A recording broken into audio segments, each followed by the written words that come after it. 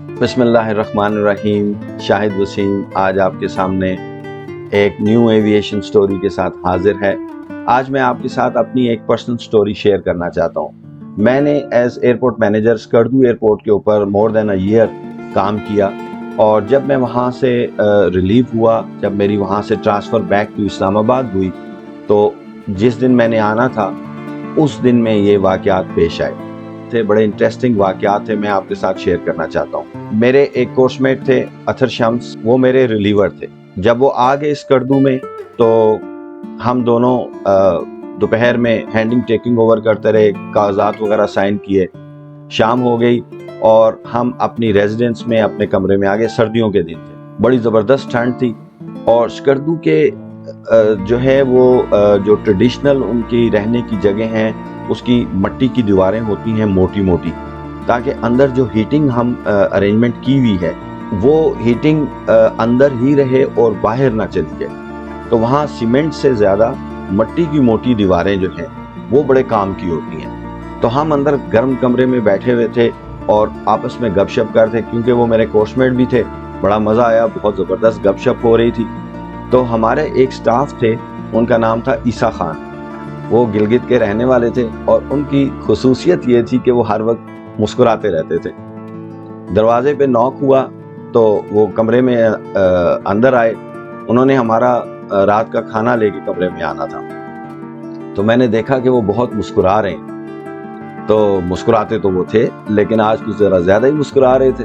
تو میں نے ان سے پوچھا، عیسیٰ خان خیریت، آج بڑی زیادہ مسکرا رہے ہیں؟ کہنے لگا، ہاں سر، موسم بہت اچھا ہو گیا۔ میں نے کہا یہ تو بڑی اچھی بات ہے، کیسے، کیا ہوا اچھا؟ کہتے ہیں سر برف پڑ گئی ہے۔ اوف مائی گاڈ! میں کمرے سے باہر نکلا تو میں نے دیکھا کہ سیزن کی پہلی برف باری شروع ہو چکی تھی، ہر طرف سفید ہو چکا ہوا تھا۔ ایک خوبصورت منظر تو تھا ہی، انجوائے کرنے والا۔ مجھے یہ فکر ہو گئی کہ صبح میری فلائٹ کیسے ہوگی۔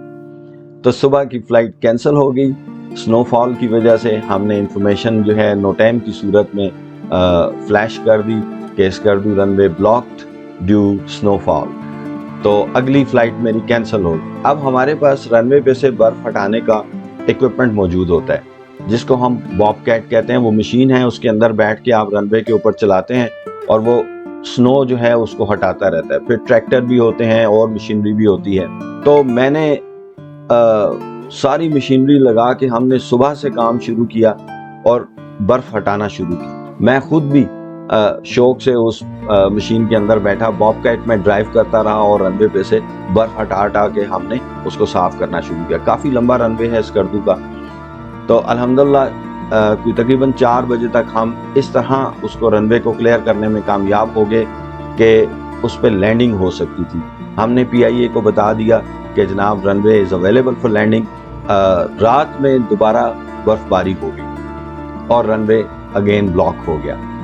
اگلے دن بھی ہم نے یہی کام کیا، اس سے اگلی رات میں یہی ہوا، پھر اگلے روز بھی یہی ہوا۔ آخر کار چوتھے روز میں تنگ آ کر میں نے فیصلہ کیا کہ میں بائی روڈ یہاں سے گلگت چلا جاؤں گا، اور گلگت سے فلائٹ پکڑ کے پھر راولپنڈی اسلام آباد چلا جاؤں گا۔ تو میں اپنے وہاں پہ جو مہدی ناصر صاحب میرے کلیگ وہاں پہ اسکردو کے رہنے والے، ان سے میں نے کہا کہ آپ مجھے لے چلیے اور کسی کوسٹر میں بٹھا دیجئے تاکہ میں گلگت چلا جاؤں اور پھر وہاں سے میں اسلام آباد کی فلائٹ پکڑ لوں۔ اگرچہ مجھے یہ بتایا گیا تھا کہ گلگت اسلام آباد کی روڈ پچھلے 10-12 روز سے بلاک ہے ڈیو ویدر اور ڈیو رین فال، تو گلگت ایئرپورٹ پہ فلائٹ بھی نہیں آئی ہے 12 دنوں سے۔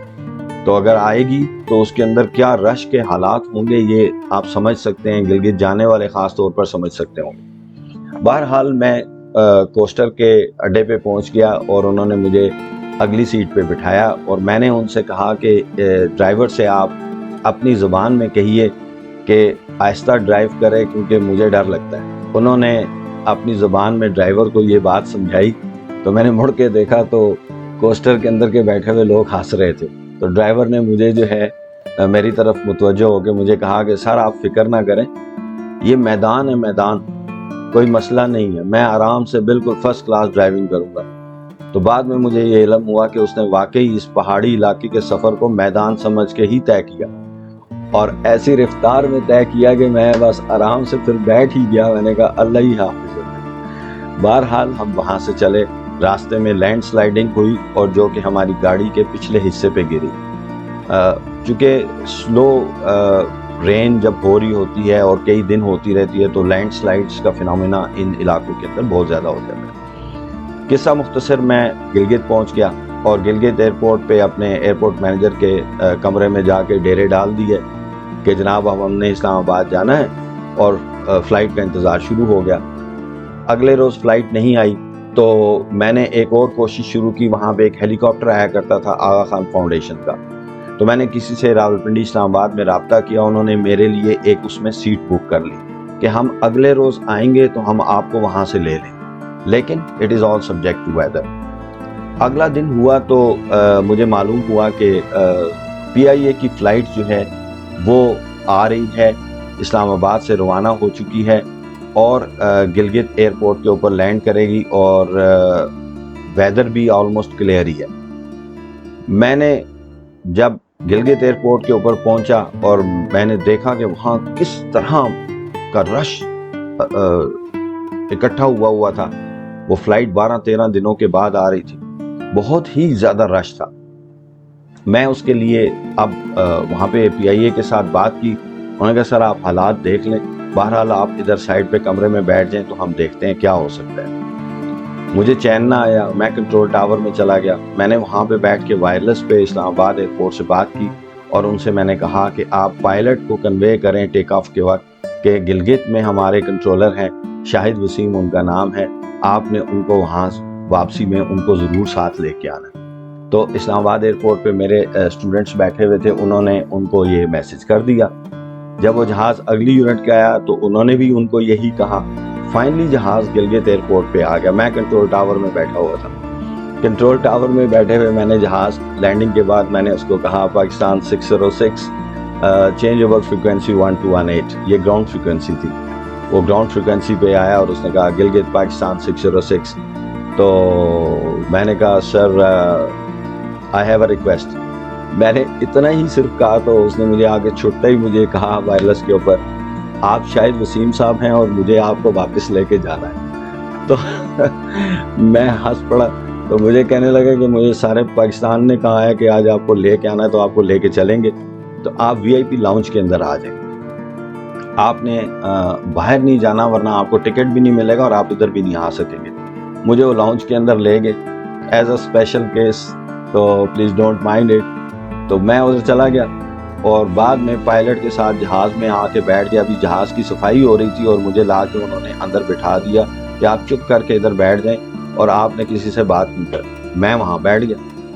اس کے بعد مجھے یہ معلوم تھا کہ جب لوگ فلائٹ کے لیے جب جہاز کے اندر آتے ہیں تو ان کو اعتراض ہوتا ہے کہ یہ بندہ تو ہم نے لاؤنج میں دیکھا نہیں تھا، تو یہ اندر کیسے پہنچ گیا، کیونکہ ٹکٹ بہت کم لوگوں کو ملتا ہے اور رش بہت زیادہ ہوتا ہے. میں نے اخبار اپنے منہ کے سامنے پکڑ لی اور بیٹھا رہا. اللہ اللہ کر کے جب جہاز سٹارٹ ہوا، ٹیکسی کرتا ہوا جب ایئر بورن ہوا تب مجھے اطمینان ہوا. میں نے اخبار لپیٹ کے اپنے پاس رکھا اور اطمینان کا سانس لیا. یوں میں اسلام آباد پہنچنے میں کامیاب ہو گیا. تو یہ میرے اس سفر کی رودات تھی جو میں نے گلگت اسکردو سے شروع ہوا اور اسلام آباد پہ ختم ہوا. آئی ہوپ آپ کو انٹرسٹنگ لگا ہوگا. یہ ہو جاتا ہے جب آپ ناردرن ایریا جاتے ہیں. بہت سے لوگ ناردرن ایریا سیر و تفریح کے لیے جاتے ہیں اور فلائٹس نہ ہونے کی وجہ سے سٹک ہو جاتے ہیں اور وہاں پہ ان کو بہت مشکلات کا سامنا کرنا پڑتا ہے. تو جب بھی آپ ناردرن ایریا کا ٹریول پلان کریں تو آپ یہ ضرور مد نظر رکھیں کہ موسم کیسا چل رہا ہے. نیکسٹ سٹوری تک اجازت دیجیے. اللہ حافظ.